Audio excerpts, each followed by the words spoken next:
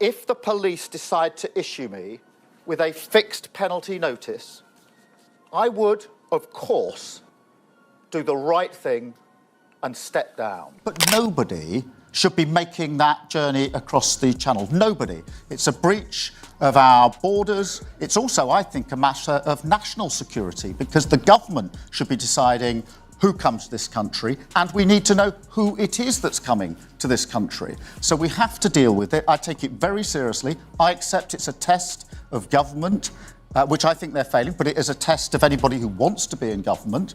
And I've looked very carefully at this. There are criminal gangs that are running this trade, making a fortune putting people in those boats, and we have to take those gangs down. Now, something unexpected just shook the political scene, and no one saw it coming.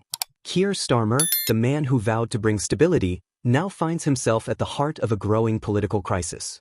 Demands for his resignation are intensifying, and even his own deputy could face a police investigation. The Labour Party, once secure about its future, is now struggling to maintain control.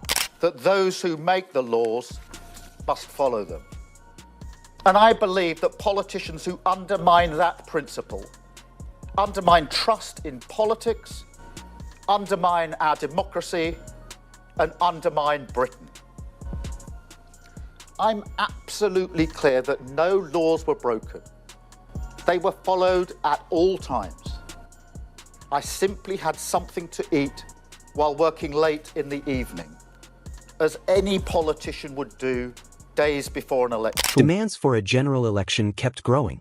Protests filled the streets, and frustration with the government hit a breaking point. Pressure on Starmer built, and he stayed silent. But when he finally spoke, his live announcement sent shockwaves across the nation. Was this a leader taking charge, or a desperate move from someone losing control? That Jeremy Corbyn was great, but apparently, it didn't matter because you didn't think he was going to win.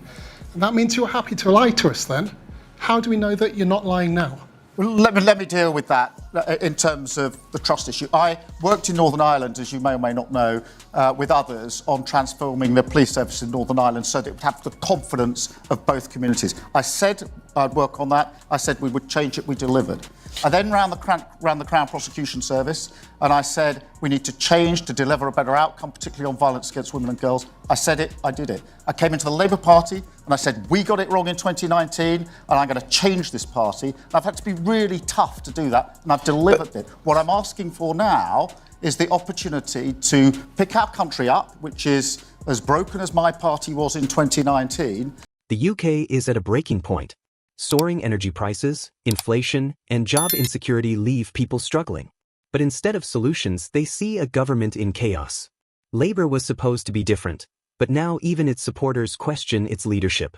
As prices rise and wages fall behind, trust in leadership crumbles, and even the opposition faces crisis. It may be difficult, but I'm going to do it, and when I started as Labour leader, most people said it is not possible to get the Labour Party back to a position where it can put a credible proposition before the country. Said it isn't going to happen, you can't do it, Keir. I never believed that. I've delivered that change. I don't think anybody now says this is the same Labour Party as 2019. What I now want, humbly ask for the opportunity to take a country which I do think has been broken under this government. Is anything better now than it was when they started? To take that opportunity to rebuild our country and take us forward. Keir Starmer was supposed to be different, a leader who'd clean up politics, bring stability, and lead Labour back to power. But now he's under fire. Labour is falling apart from within. Accusations of financial mismanagement, power struggles, and a toxic culture have turned the party into a battlefield. Instead of uniting against the Conservatives, Labour is tearing itself apart. The damage is clear. Polls are sinking, confidence is fading, and Starmer's grip on the party is slipping. The Conservatives, despite their own troubles, aren't missing the chance to attack, exposing every weakness. With every scandal and misstep, Starmer looks weaker, and the public is losing faith. They wanted an alternative to government chaos, but now they're wondering if Labour is just as broken. When pressure reached its peak, Starmer made his move, but not the one people expected. Instead of stepping down, he called for a snap election. The announcement hit like a shockwave. Reactions were instant.